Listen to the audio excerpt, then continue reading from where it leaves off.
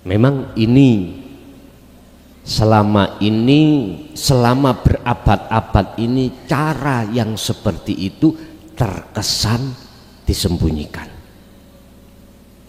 Akhirnya kita hanya mengerti lewat bacaannya saja dan selalu kita ucap, kita baca, tapi secara hati hakikat tidak bisa kita mengamalkannya dengan benar. Assalamualaikum warahmatullahi wabarakatuh. Dalam kajian kali ini, kami dibimbing oleh guru mursyid kami, yaitu Kiai Muhlason Rosid. Demikianlah, mari kita saksikan penjelasan beliau tentang ilmu hakikat. Dan mohon maaf jika ada kesalahan serta kekurangan dalam penjelasannya. Dan sebelum menonton, silahkan klik subscribe, like, dan share untuk mendapatkan kajian-kajian selanjutnya. Selamat menyaksikan. Assalamualaikum warahmatullahi wabarakatuh.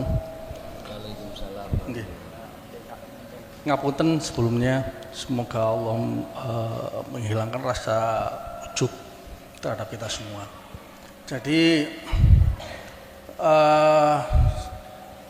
alhamdulillahnya saya diberi kitab sama guru saya itu beberapa kitab tauhid, diantaranya Ghafiyatul Ma'arif, Tamyiz Qulub, sama ada makna. Dari situ saya menyimpulkan ada beberapa kesimpulan, terus saya sinkronkan dengan Al-Quran bahwa salah satu pintu untuk masuk yang dinamakan, kalau di sini dinamakan Sirrul Asrar, itu adalah syahadat. Analisa saya ini itu saya tesnya ketika saya mau sholat, saya bersyahadat secara lisan asyhadu alla ilaha illallah, tapi hati saya bahwa segala sesuatu itu adalah Allah sendiri, Muhammadur Rasulullah, bahwa apa-apa wujud yang menyebabkan segala sesuatu ada, yang menyebabkan bahwa saya bisa sholat di situ, yang menyebabkan bahwa bangunan masjid itu ada, itu adalah Rasulullah sendiri. Itu. Dari hal itu kemudian saya takbir, Pak, karena salah satu rukun sholat itu adalah takbir. Ketika saya takbir itu Allahu Akbar, yang terjadi adalah hilang akbar, tinggal Allah. Nah, pertanyaan, dan setelah itu beberapa kejadian saya alami gitu. Dan pertanyaan saya, apakah benar syahadat ini salah satu pintu untuk menuju Sirrul Asrar seperti itu? Dan apakah apa ya hal yang alami ketika saya sholat, dan bahkan setelah selesai sholat itu terus-menerus terjadi seperti itu? Saya melihat segala sesuatu ini Allah sama Muhammad, Allah sama Muhammad, Allahnya dalam, luarnya Muhammad. Apakah benar seperti itu? Itu yang saya tanyakan. Terima kasih. Wassalamualaikum warahmatullahi wabarakatuh. Waalaikumsalam warahmatullahi wabarakatuh. Ketika si Salik betul-betul mengamalkan maksud daripada syahadat asyhadu alla ilaha illallah, baik secara syariatnya dibaca di lisan, lebih-lebih secara hakikatnya di hati, menghadapkan diri kepadanya, bertawajuh. Apakah ini bentuk proses Sirrul Asrar menuju fana'udzikri atau menuju nur makrifat sampai ke musyahadah? Betul. Memang ini selama berabad-abad ini cara yang seperti itu terkesan disembunyikan. Akhirnya kita hanya mengerti lewat bacaannya saja dan selalu kita ucap, kita baca, tapi secara hati hakikat tidak bisa kita mengamalkannya dengan benar. Yang alasannya pada para masyayikh, mengapa ini terkesan disembunyikan? Karena memang dampaknya itu di masyarakat umum itu kurang baik. Itu kurang baik. Artinya mesti ditolak. Bahkan dikatakan itu tidak benar. Kekhawatiran atas pertimbangan para masyayikh seperti itu loh Pak, dari resiko dan dampaknya pada masa-masa beliau-beliau itu akhirnya terkesan ditutupi. Kalau jenengan tanya apakah itu ma'al haqqu dzalika, betul, apakah itu betul untuk mencapai tingkatan yang sebenarnya? Betul. Tolong diperdalam, laku ikut terus menerus supaya memang betul-betul apa yang si salik harapkan itu tercapai. Mekaten. Ada lagi.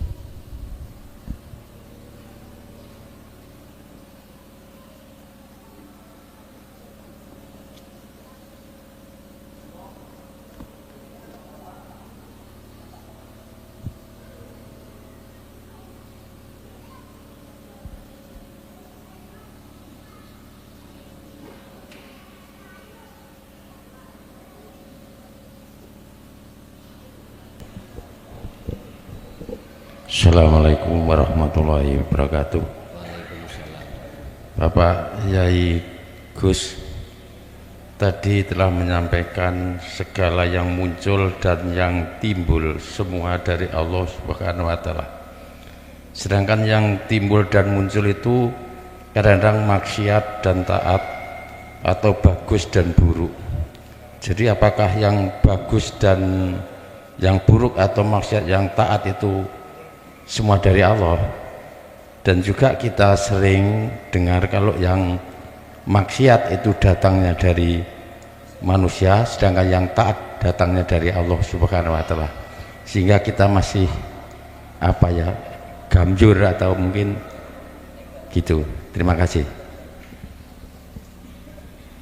Ma kullu syai'in minallah sawa'un kana khairon au sayyi'an. Betulkah perkara apapun itu datangnya dari Allah, baik perkara baik, bagus maupun taat atau maksiat? Ini jawabnya tergantung. Kalau dari golongan ampa punya dasar, kalau taat baik ikut dari Allah, kalau jelek maksiat dari nafsu kita sendiri, dan itu benar miturut golongan kita yang ada di am. Sebab apa? Sebab golongan kita di am itu masih memandang makhluk, baik wujudnya, kehendaknya, ataupun perbuatannya dan lain sebagainya. Tapi bagaimana miturut orang yang sudah Allah masukkan di golongan khos? Beda jawabnya. Jawabnya apa? Khairihi wa syarrihi minallah. Tapi mohon maaf, ini belum bisa diterima golongan kita yang masih di am loh Pak ya. Mohon maaf. Mengapa beliau ini khos ini kok mengatakan baik taat maupun maksiat itu datangnya dari Allah? Karena beliau itu hanya menyaksikan Allahnya, sedangkan selain Allah bagi orang-orang yang khos itu sudah tidak ada. Cuman perlu biar niki sinkron, kita harus bahas tentang kronologi dulu, prosesnya. Mengapa orang khos mengatakan buruk ataupun jelek, taat ataupun maksiat, itu datangnya dari Allah. Gini, memang asli sebetulnya antara si A dengan si B, gitu aja. Si A diletakkan Allah melakukan taat, si B melakukan maksiat. Allah menghendaki dan menggerakkan baik si A ataupun si B laku taat dan maksiat, itu ada alasannya. Apa alasannya? Allah menggerakkan si A laku taat itu dikarenakan atiullaha wa atiur rasul. Allah menggerakkan si B laku maksiat karena kebalikan ini. Jadi ahli khos iku memandang sebenarnya siapa sang penggerak, tidak memandang siapa yang digerakkan. Dasarnya pun di ahli khos itu la haula wala quwata illa billah. Itu cara hadis. Cara Quran surat As-Saff ayat 96, wallahu khalaqakum wa ma ta'malun. Allah yang menciptakan ini semuanya, dua-duanya. Wa ma ta'malun, dan Allah yang menggerakkan kedua-duanya. Apa yang dilakukan oleh mereka ini, Allah yang menggerakkannya. Ini prosesnya. Orang-orang khos itu mengatakan bahwasannya baik yang dilakukan taat A atau dilakukan maksiat B itu sumbere sangka Gusti Allah. Tapi saya ulangi, ini belum bisa kita terima jikalau kita masih ada di golongan am. Lah apakah salah golongan am mengatakan kalau jelek itu dari nafsunya? Enggak salah. Karena apa? Karena posisi kelas kita masih memandang selain Allah itu ada. Itu Pak, nggih? Nggih. Ada lagi.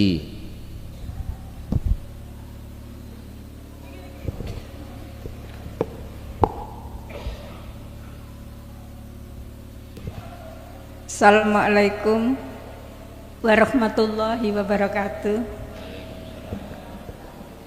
Gus, sebelumnya saya minta maaf. Saya mau bertanya, fana itu artinya apa ya Gus?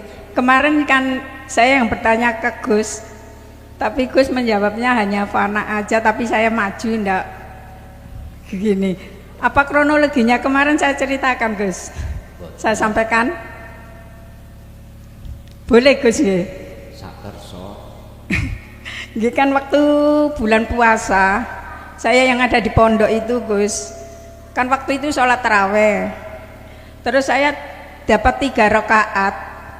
Itu di dalam hati saya itu ada yang menyampaikan seperti ojo sholat, tunggu kok awakmu semaput. Karena waktu itu kan saya sakit memangnya. Kemarinnya itu, terus saya sudah nak menghiraukan, tapi saya masih sholat aja. Terus lagi dia di hati itu ngomong lagi, ojo sholat, enggak semaput gak ada sing nulungi. Lah itu terus saya duduk Gus.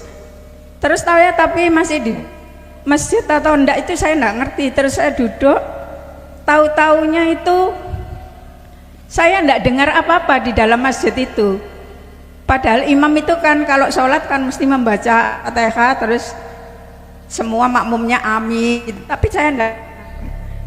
Itu pun saya juga enggak ikut pengajian di Gus juga, gitu loh Gus. Tapi saya kemana dan saya di mana itu saya enggak ngerti. Saya enggak tahu sama sekali.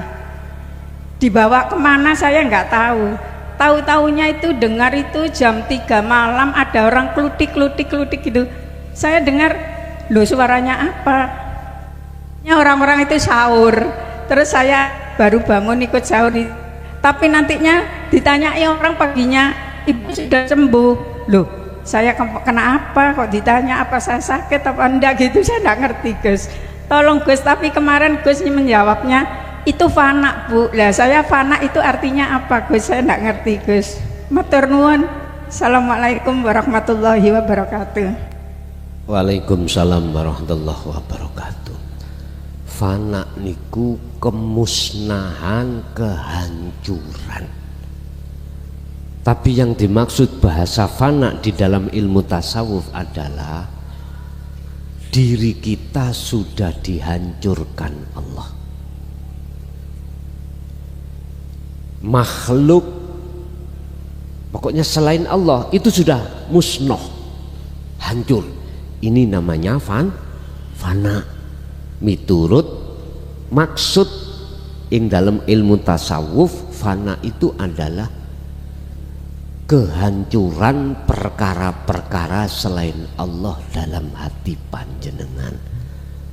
Makanya jenengan iki ngalami sesuatu yang tidak jenengan ngerti. Ya wis gak eling apa-apa, ya wis gak ngerti apa karena sudah nggak ada. Itu Bu maksudnya fana itu di situ. Lah kita diperintahkan untuk berzikir sirri. Maksud dalam Al-Quran bisiri itu di dalamnya siri itu mencapai makom itu, makom fana. Setelah itu baru Allah letakkan makom ma'rifat. Mekaten nggih tasik wonten.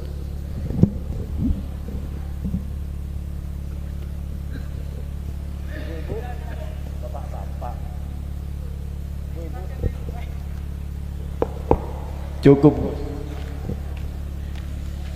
Bapak Ibu hadirin jamaah rahimakumullah, itu apa yang sudah Allah berikan terhadap kita pada malam hari ini. Semoga menjadi ilmu ingkang manfaah terhadap kita dan keluarga kita fid dini wad dunya wal akhirah. Lahumul Fatihah.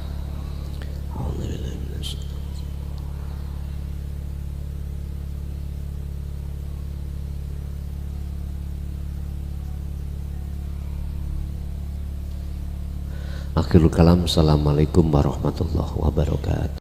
Demikianlah kajian tausiah dari beliau. Semoga bermanfaat bagi kita semua. Wassalamualaikum warahmatullahi wabarakatuh.